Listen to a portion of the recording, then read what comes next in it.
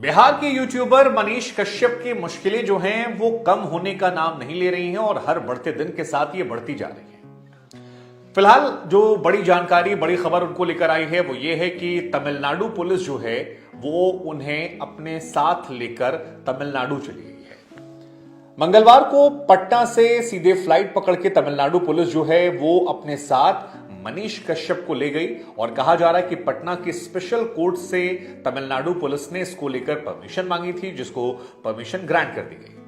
Tamil Nadu police का जो court में तर्क था वो ये था कि जितना नुकसान मनीष कश्यप ने बिहार का किया है उससे कहीं ज्यादा नुकसान उन्होंने तमिलनाडु का किया है, क्योंकि तमिलनाडु के कई इलाकों में मजदूरों ने पलायन कर लिया।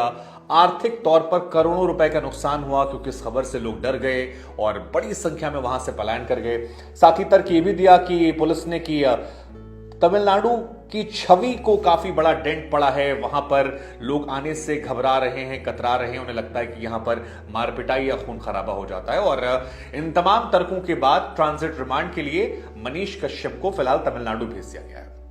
बड़ी बात यह कि तमिलनाडु में 13 मामले इस पूरी घटना को लेकर दर्ज हुए, जिसमें 6 मामलों में मनीष कश्यप और उनके चैनल का नाम जो है वो नामजद करवाया गया। और ऐसे में तमिलनाडु पुलिस का ले जाना, वहां जाके पूछताछ करना और उसके बाद उनका नामजद होना, ये उनकी समस्याओं को 18 मार्च को मनीष कश्यप ने जब घर में कुर्की की जा रही थी उस दौरान पेश होकर सरेंडर कर दिया था। तब से 2 बार ट्रांजिट रिमांड पर वहां की पुलिस ले चुकी है। पहली बार 7 दिन के लिए मांगा तो 1 दिन की रिमांड मिली, उसके बाद दोबारा 7 दिन के लिए मांगा, 4 दिन की रिमांड मिली और अभी हाल फिलहाल में जब वो रिमांड खत्म हुई तो उन्हें जेल भेज दिया गया था, जिसके बाद तमिलनाडु पुलिस जो है वो साथ में लेकर जा चुकी है।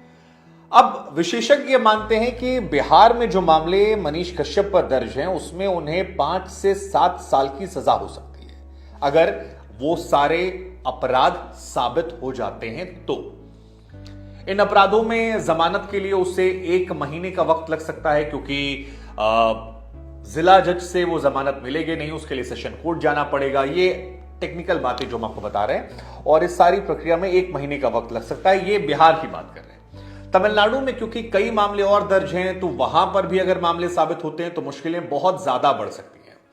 लेकिन फिलहाल मनीष कश्यप का जो फोन है वो नहीं मिला है और वो फोन बहुत इंपॉर्टेंट सबूत है, क्योंकि पुलिस ये कह रही है कि जिस फोन से वीडियो शूट किया गया था या फिर वीडियो अपलोड किया गया था, अपलोड शायद सही शब्द होगा, वो फोन अब तक नहीं मिला है। और क्योंकि इस दौर में सारी चीजें फोन पर होती तो पुलिस बिहार की ये भी जानना चाहती है कि ये मनीष कश्यप ने किया था या फिर मनीष कश्यप के पीछे कोई पॉलिटिकल पार्टी जो है वो। हालांकि मनीष कश्यप के समर्थक जो हैं उन्होंने 23 मार्च को बिहार बंद का ऐलान किया था और बिहार बंद ऐलान के पीछे उन्होंने वो तस्वीरें डाली जिसमें कहा गया कि देखिए मनीष कश्यप को सच बोलने की सजा दी जा रही है। मनीष कश्यप के तमाम समर्थकों ने, खासतौर पर जो राइट विंग के लोग हैं, उनका ये कहना, ये मानना था कि मनीष कश्यप को इसलिए सजा दी जा रही है क्योंकि वो तेजस्वी यादव के खिलाफ मुखर होकर बोल रहे हैं। और उनके ज्यादातर समर्थकों का ये मानना है कि मनीष कश्यप की लड़ाई तेजस्वी यादव से लड़ाई हो गई है और इस वजह से मनीष कश्यप को टारगेट किया जा रहा है। बहुत सारी तस्वीरें भी निकल कर आई जिसमें मुंह पर कपड़ा बांधा गया था या मनीष कश्यप के हाथों में हथकड़ियां थी। तो उन तस्वीरों को देखकर जो राइट विंग है वो इसे निशाने पर ले रहा है। बिहार पुलिस जिस तरह से रिएक्ट कर रही है उसको वो निशाने पर ले रहा है कि आप लोग बदले की भावना से कार्रवाई कर रहे हैं और मनीष कश्यप के मामले में उतना दम नहीं था जितना बड़ा आपने बना दिया। कई लोगों का यह मानना है कि मनीष कश्यप को इससे पॉलिटिकली बहुत फायदा होगा, उनके पीछे लोग होंगे।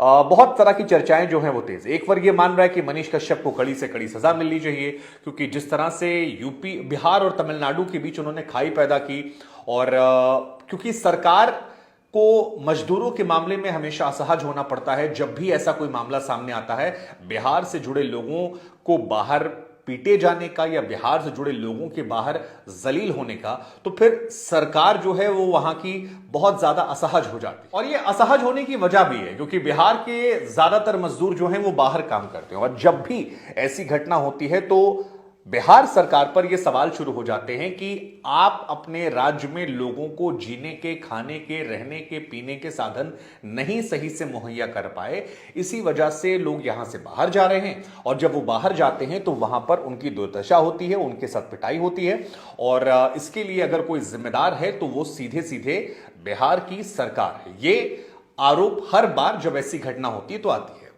इस घटना में भी यही हुआ था। बिहार सरकार को लेकर बहुत सारे सवाल खड़े किए गए, लगातार क्रिटिसिज्म हुआ। उधर तमिलनाडु में भी दो दो बार मुख्यमंत्री जो हैं उनको इस मामले पर स्टेटमेंट देना पड़ा। जहां मजदूर काम करते थे वहां अधिकारियों की फौज चली गई। बीजेपी ने इस मामले को कैश करके मनीष कश्यप के समर्थन में कई बार उनके नेताओं से रिश्ते की बात आई और कई जो उनके छोटे नेता थे वो सोशल मीडिया पर लगातार सपोर्ट करते नजर आए।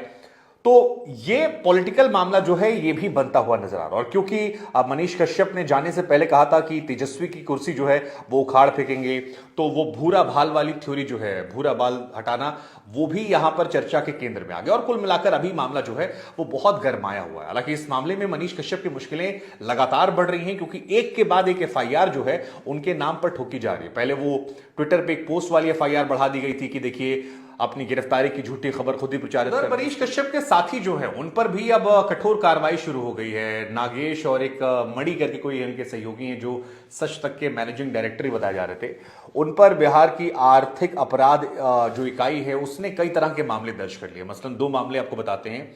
एक दर्ज किया है पैसे लेकर खबर चलाने का, कि ये लोग उगाही करते थे खबरों के नाम पर और कई जगहों पर वसूली करने की बात आई है। खासतौर पर कुछ कोचिंग सेंटर का जिक्र आ रहा है कि उनसे पैसे लिए गए थे। इनके समर्थक कह रहे हैं कि जो एड लिया था उसको भी अब बिहार की जो पुलिस है वो फर्जीवाड़े में दिखा दे रही है। और दूसरा मामला चल रहा है कि कंपनी को घाटा चल रहा था लेकिन ये लोग जो हैं ये काफी ज्यादा प्रॉफिट में थे और कंपनी को उन्होंने घाटे में दिखा दिया, लेकिन अपना काफी पैसा ये लोग वहां से निकाल रहे थे और आर्थिक अपराध के तहत इसको लेकर भी इन पर मामले जो हैं वो दर्ज किए गए हैं। ये जो मणि हैं ये फरार चले थे, इन्हें पकड़ लिया गया है। नागेश को पहले ही पकड़ लिया गया था और भी कई लोग जो इनके समर्थन में कैंपेन चला रहे थे उन पर भी सख्ती दिखाने की कोशिश की गई है।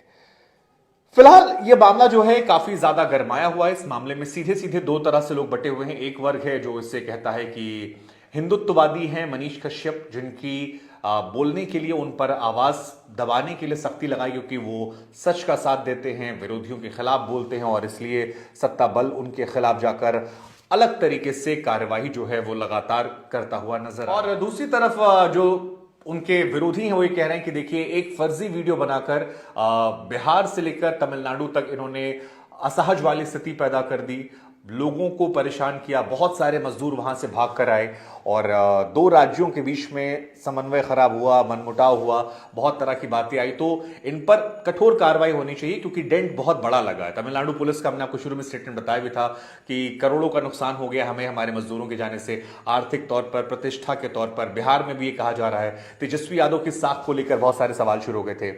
लेकिन इस मामले में पुलिस और अपराध के अलावा एक इसका सियासी पहलू भी है जिसमें साफ साफ नजर आ रहा है कि सत्ता पक्ष के लोग जो हैं अभी, मतलब तेजस्वी यादव के साथ जो लोग हैं वो मनीष कश्यप को लंबे समय तक जेल में देखना चाहते हैं और विपक्ष जो वहां पर है बीजेपी, वो और उससे जुड़े लोग जो हैं, खासतौर पर जो हिंदूवादी लोग अपने आप को कहते हैं, वो मनीष कश्यप को एक हीरो के तौर पर प्रेजेंट कर रहे हैं।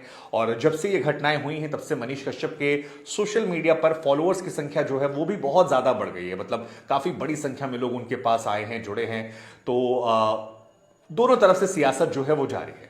हमें लगा कि ये हम आपको बताते हैं और तमिलनाडु पुलिस जो लेकर गई है मनीष कश्यप को, इसको लेकर आप क्या सोच रखते हैं वो आपसे जानते हैं। फिलहाल हमने कोशिश की कि ईमानदारी से बात आपके सामने रखी जाए। आपकी क्या सोच है पूरे मनीष कश्यप प्रकरण को लेकर, कमेंट सेक्शन में हमें जरूर बताइएगा। जय हिंद, जय भारत।